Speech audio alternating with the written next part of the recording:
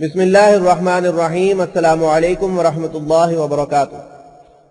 شعبہ سمع و بصر مرکزی انجمن خدام القرآن لاہور کی طرف سے صدر مؤسس مرکزی انجمن خدام القرآن، بانی تنظیم اسلامی اور داعی تحریک خلافت پاکستان محترم ڈاکٹر اسرار احمد صاحب کی ایک تقریر بعنوان حقیقت و اقسام شرک پیش خدمت ہے۔ رب اشرح لي صدري ويسر لي امري واحلل عقدة من لساني يفقهوا قولي اللهم ربنا الهمنا رشدنا واعذنا من شرور انفسنا اللهم ارنا الحق حقا وارزقنا اتباعه وارنا الباطل باطلا وارزقنا اجتنابه آمین یا رب العالمین۔ حضرات، حقیقت و اقسام شرک کے موضوع پر جو دو تقریریں ہوئی تھی، ان میں ایک تو شرک کے بارے میں بعض تمہیدی مضامین سامنے آئے تھے، اور دوسرے اقسام شرک میں سے شرک فی الذات، جو میں نے یہ عرض کیا تھا اقسام شرک میں سب سے زیادہ گھناؤنا شرک ہے، اس کے بارے میں عرض کیا گیا تھا کہ اس کی کون کون سی صورتیں ہیں جو دنیا میں رائج رہی ہیں، اور خاص طور پر یہ وضاحت کی گئی تھی کہ اللہ تعالیٰ کا بڑا ہی فضل و کرم ہے امت محمد علی صاحب الصلاۃ والسلام پر کہ بحیثیت مجموعی یہ امت اس نوع کے شرک سے تاحال محفوظ، اس لیے کہ جس قدر محبت اور عقیدت کا معاملہ رہا ہے امت محمد کو صلی اللہ علیہ وسلم اپنے رسول سے، واقعہ یہ ہے کہ اس کا عشر عشیر نہیں ہے کہ جو دوسری امتوں کو اپنے انبیاء اور اپنے رسولوں سے رہا۔ اس کے باوجود یہاں جو احتیاط ملحوظ رکھی گئی، اور ہم یہ دیکھتے ہیں کہ اگرچہ حضور کے ایک امتی کو خدا ماننے والے موجود رہے، اور آج بھی یہ ظلم اور زیادتی ان پر ہو رہی ہے، وہاں نبی اکرم صلی اللہ علیہ وسلم کو اللہ تعالیٰ نے اس ظلم سے، اس زیادتی سے محفوظ رکھا ہے۔ میں نے جو اس سلسلے میں ایک بات یہ عرض کی تھی کہ اگرچہ اس میں اصل دخل تو ہے مشیت خداوندی کو، اللہ تعالیٰ کے فیصلے کو، لیکن اس کے اسباب ظاہری میں سے یہ بات بھی ہے کہ ایک طرف قرآن مجید نے حضور کی بشریت کو نہایت نمایاں کیا، بار بار اس کی تاکید کی،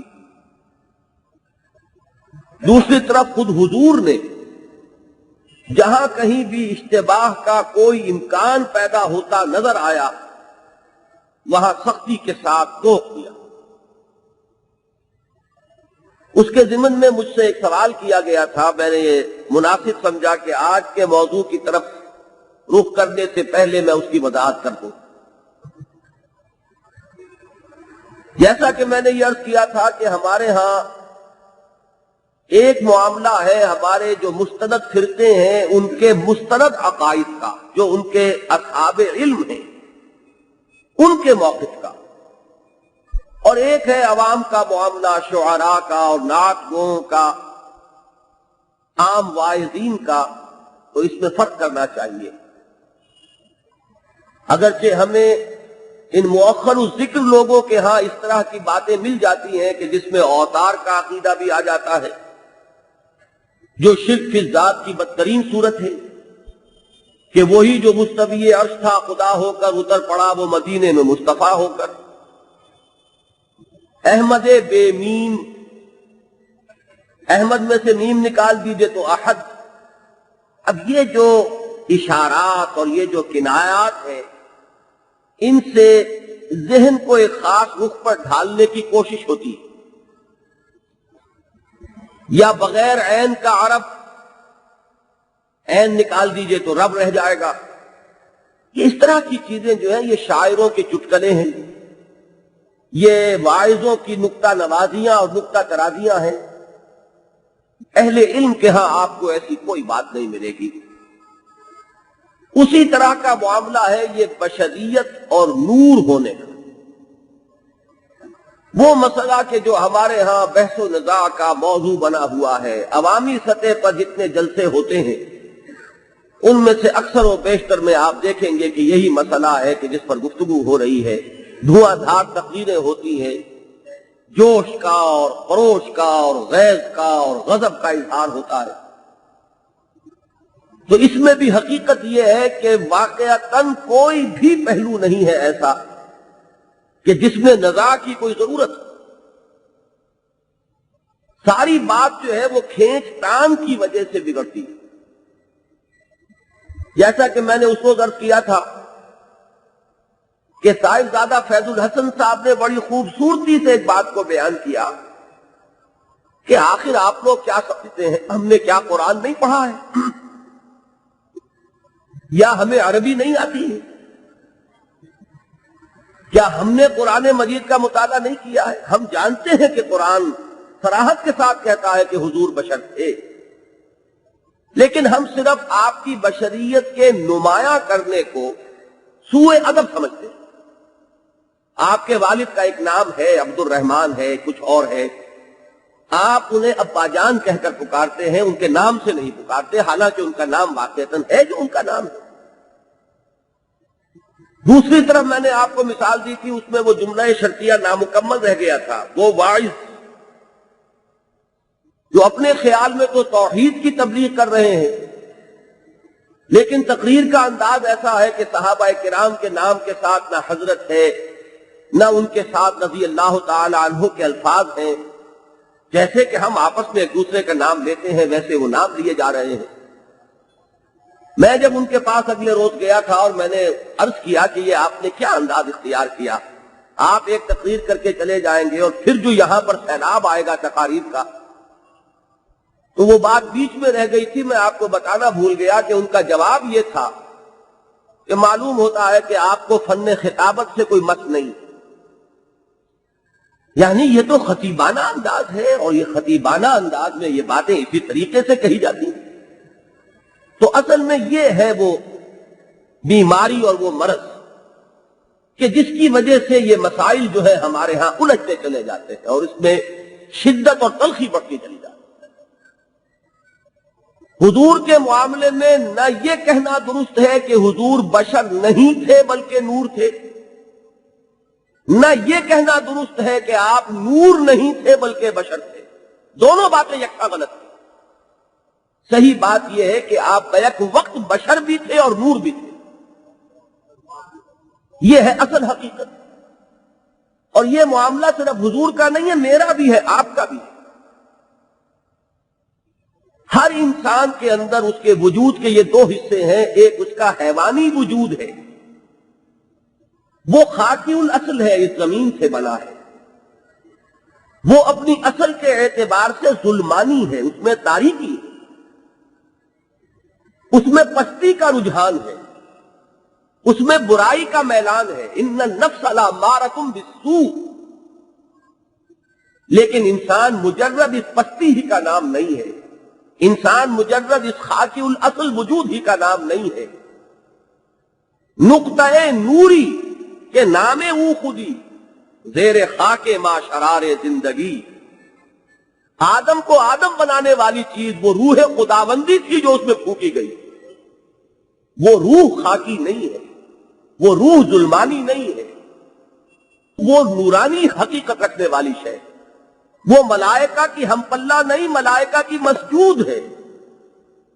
ملائکہ نوری الاصل ہے. تو آپ کے خیال میں وہ روح جو ہے کیا وہ خاکی الاصل ہے؟ نقطۂ نوری کے نام او خودی، یہ جو میں کہتا ہوں یہ میں عبارت ہے اس روح سے، اور وہ روح خاکی نہیں ہے، ظلمانی نہیں ہے، وہ نوری ہے، نورانی ہے. ذوق تجلی بھی اسی خاک میں پنہا، غافل تو نرا صاحب ادراک نہیں ہے. یہ ادراک جو ہے، سینسز، یہ سینس آف ٹچ، یہ سونگنا، یہ سننا، یہ چکھنا، یہ چھونا، یہ تو حیوانات میں بھی ہے. تم نے اپنی حقیقت اگر یہی سمجھی تو تم نے اپنی اصل عظمت کو نہ پہچانا. غافل تو نرا صاحب ادراک نہیں ہے. ادراک تو اصل میں اپنے سے باہر کی کسی شے کو محسوس کرنا ہے۔ روشنی جو ہوتی ہے وہ خود اپنا ظہور چاہتی ہے، روشنی اپنی تجلی چاہتی ہے ذوق تجلی بھی اسی خاک میں پنہا، غافل تو میرا صاحب ادراک نہیں ہے۔ تو انسان کی حقیقت یہ ہے کہ اس کے دو حصے ہیں اس کے وجود کے، ایک اس کا یہ حیوانی وجود، یہ خاکی الاصل ہے، ظلمانی الاصل ہے، اس کا میلان پستی کی طرف ہے، اس کا رجحان گناہ کی طرف ہے، اور اس کی وہ روح فَإِذَا سَوَّيْتُهُ وَنَفَخْتُ فِيهِ مِن رُوحِي، روح ہی میری روح جس کی نسبت ہو رہی ہے اللہ تعالیٰ کی طرف، یا متکلم ہے اس میں، جب میں اس میں اپنی روح میں سے پھونک دوں فَقَعُوا لَهُ سَاجِدِينَ، تو گر پڑنا اس کے سامنے سجدے میں۔ یہ ہے وہ نورانی عنصر ہمارا جو ہر ایک میں ہے، لیکن گر حفظ مراتب نہ کنی زندگی، سب کا نور برابر نہیں ہے۔ کسی کا ایک ٹمٹماتا ہوا دیا ہے، کسی کے اس نورانیت پر اس کے نفس کی ظلمانیت اس طرح چھا گئی ہے کہ وہ نور معدوم کے درجے میں ہے، اب نہیں ہے، وہ نور اس کی فطرت کا بجھ چکا ہے۔ کسی کا وہ نور جو سورہ نور میں تمثیل دی گئی ہے، یکاد زیتھا یضیء ولو لم تمسسہ نار نور علی نور، کسی کی فطرت کا وہ نور اتنا صاف اور شفاف ہے کہ بھڑک اٹھنے کو بےتاب ہے، چاہے ابھی اسے آگ نے چھوا تک نہ ہو۔ یہ ہے وہ نور جو ابو بکر صدیق کی شخصیت میں موجود تھا۔ یہ وہ نور ہے کہ جو تمام صدیقین اور تمام انبیاء کے اندر اس طریقے سے موجود رہتا ہے کہ ابھی وحی کا آغاز بھی نہیں ہوا، لیکن ان کے اندر وہ انوار جو ہیں اخلاق حسنہ کے وہ موجود ہیں۔ حضور کی شخصیت مبارکہ اب ظاہر بات ہے کہ بلند ترین، تو حضور کی وہ نورانیت اتنی کامل ہے کہ اس نے اس خاکی وجود کی ظلمانیت کو بالکل معدوم کے درجے میں کر دیا ہے۔ اس معنی میں اگر کہیں کہ آپ نور مجسم ہیں تو غلط نہیں، تو یہ دونوں چیزیں بیک وقت صحیح ہیں، آپ بشر بھی ہیں، کون انکار کرے گا؟ وہی دو ہاتھ، وہی دو پاؤں، وہی خون آپ کے وجود میں بھی سرایت کیے ہوئے تھا، گردش کر رہا تھا، پتھراؤ ہوا ہے تو زخموں میں سے خون رسا ہے، جب وار ہوا ہے، تلوار کا وار جب آپ کے چہرے مبارک پر لگا ہے تو اسی طرح خون کا فوارہ چھوٹا ہے۔ آپ نے شادی کی ہے، آپ کے اولاد ہے، آپ بھی اسی طرح آپ کی ولادت ہوئی جیسے کسی انسان کی ولادت ہوتی۔ آپ نے کاروبار کیوں انکار کیا؟ لیکن یہ کہ اس کی نفی نہ کیجئے نورانیت کی، یہ نورانیت کی نفی در حقیقت اس دور کا وہ مادہ پرستانہ، یہ آج میری گفتگو کا اصل موضوع ہے، وہ مادہ پرستانہ فکر ہے کہ جس نے ذہنوں پر اتنا تسلط کر لیا ہے کہ ہم روح کی حقیقت اور اس کے جداگانہ تشخص سے یا تو منکر ہو گئے ہیں یا اس کا زبان پر ذکر لاتے ہوئے ہمیں حجاب محسوس ہوتا ہے کہ رقیبوں نے رپٹ لکھوائی ہے جا جا کے تھانے میں کہ اکبر نام لیتا ہے خدا کا اس زمانے میں، کہ روحانیت کی باتیں کرتے ہیں، روح کی بات کرتے ہیں، روح کو کوئی علیحدہ وجود مانتے ہیں۔ اس طور سے یہ چیزیں ہمارے فکر سے، ہمارے جو بھی نظریات ہیں ان کے دائرے سے باہر چلی گئی ہیں کہ اب ہم سمجھتے ہیں کہ انسان تو بس یہی ہے، ہم اپنے اس وجود حیوانی ہی کو اصل انسان سمجھے بیٹھے، اس لیے اس نورانیت کی نفی ہو رہی ہے۔ میں اس کو ایک اور بات سے واضح کر دوں، یہ جو ہمارا نورانی عنصر ہے یہ ایمان اور عمل صالح سے اس کی نورانیت میں اضافہ ہوتا ہے، گناہوں سے، نفسانیت سے یہ نور بجھتا چلا جاتا ہے۔ چنانچہ میدان حشر کا جو نقشہ دو جگہ قرآن مجید میں کھینچا گیا، اہل ایمان کی شان یہ ہوگی کہ نورہم یسعی بین ایدیہم و بایمانہم، سورہ حدید میں بھی ہے، سورہ تحریم میں بھی، ان کا نور ان کے آگے اور ان کی داہنی طرف دوڑتا ہوا۔ اور منافقین کے بارے میں فرمایا کہ وہ جو چراغ دنیا میں گل کر کے جائیں گے وہ وہاں ان اہل ایمان سے استدعا کریں گے، انظرونا نقتبس من نورکم قیل ارجعوا وراءکم فالتمسوا نورا، ذرا ٹھہرو، ذرا ہمیں مہلت دو، ہم بھی تمہارے نور سے استفادہ کریں۔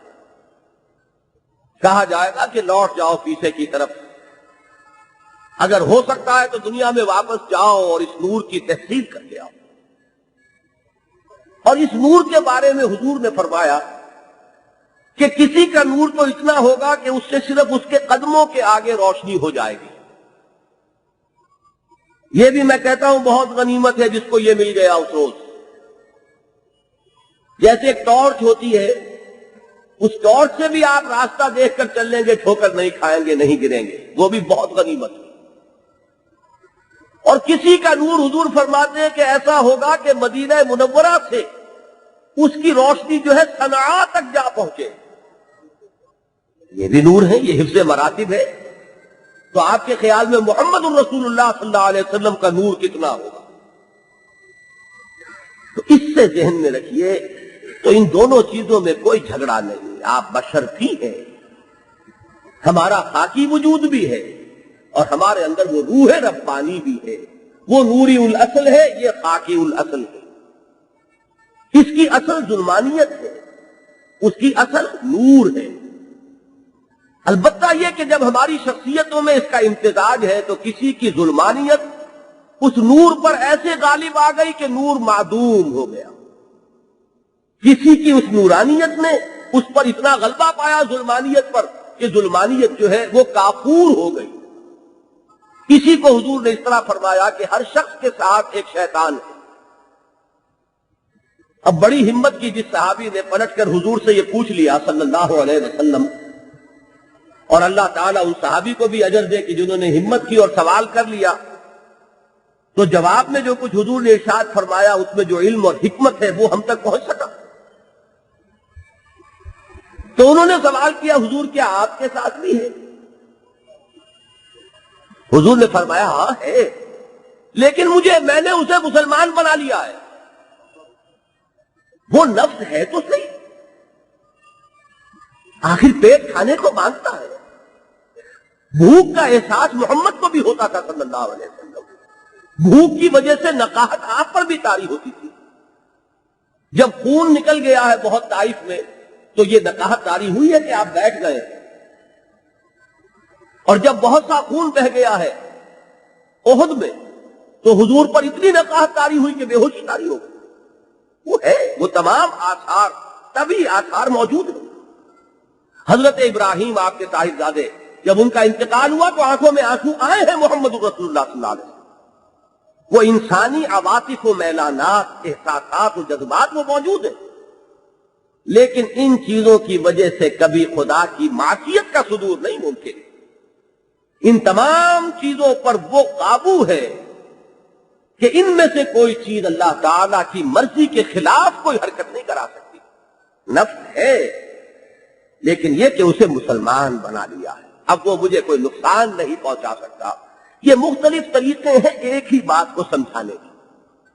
تو در حقیقت یہ ساری کھینچتان، اور میں آپ سے عرض کر دوں، یہ بشریت کا اتنا زور جو ہمارے یہاں دیا جاتا ہے، اور یہ جس کو کہتے ہیں کہ تالی ایک ہاتھ سے نہیں بجتی، یہ جو تالی ہمارے ہاں بج رہی ہے یہ دو طرفہ بج رہی ہے۔